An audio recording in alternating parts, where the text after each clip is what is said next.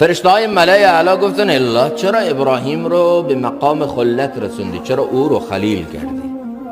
الله تعالی به این ملائکه گفت برو به هیئت شکل یک انسان و بگو الله، ببین ابراهیم من چه میکنه.